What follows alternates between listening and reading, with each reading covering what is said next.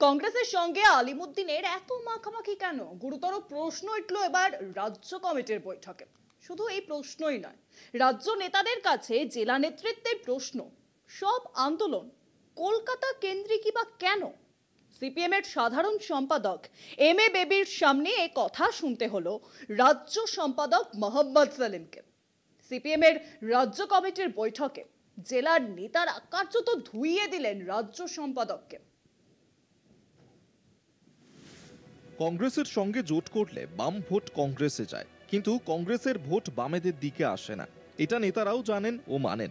তা সত্ত্বেও কংগ্রেসের সঙ্গে জোট করতে দলের শীর্ষ কিছু নেতা এত লালায়িত কেন? 2016 বিধানসভা নির্বাচনের পর থেকেই সিপিএম এর মধ্যে এমন অভিযোগ ছিল। পার্টির রাজ্য কমিটির বৈঠকের প্রথম দিনেই এম এ বেবির উপস্থিতিতে এসব কথা ফের শুনতে হলো সিপিএম এর রাজ্য সম্পাদক মোহাম্মদ সেলিমকে। সেলিম সহ রাজ্য সিপিএম এর কিছু নেতার কংগ্রেস প্রীতি নিয়ে প্রশ্ন উঠে গেল পার্টির রাজ্য কমিটির বৈঠকে।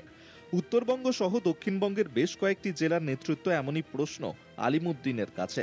এদিকে 1977 সালে বামফ্রন্ট হিসেবে প্রথম ভোটে শরিক দলগুলি যেসব আসনে লড়েছিল সেই সব আসনই দাবি করেছে ফরওয়ার্ড ব্লক ও আরএসপি। কংগ্রেসের সঙ্গে জোটে আদৌ আগ্রহী নয় এই দুই শরিক। এদিকে আলিমুদ্দিনের একাংশ এখনো যে কংগ্রেসের সঙ্গে জোটে আগ্রহী তা এদিনের বৈঠকে স্পষ্ট হয়েছে।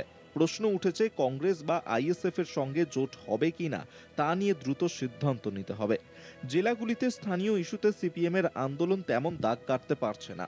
এদিন জেলা কমিটির তরফে এই রিপোর্ট পেশ করা হয়েছে আলিমুদ্দিনে। এসআইআর নিয়ে দ্রুত আন্দোলন চেয়েছে সিপিএম এর জেলা নেতৃত্ব।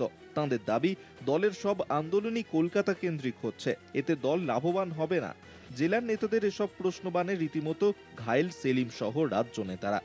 বিশেষ করে কংগ্রেসের সঙ্গে জোট নিয়ে পুরো দস্তুর জেরবার আলিমুদ্দিন। এখন দেখার এ ব্যাপারে কি সিদ্ধান্ত নেয় দলের কেন্দ্রীয় কমিটি।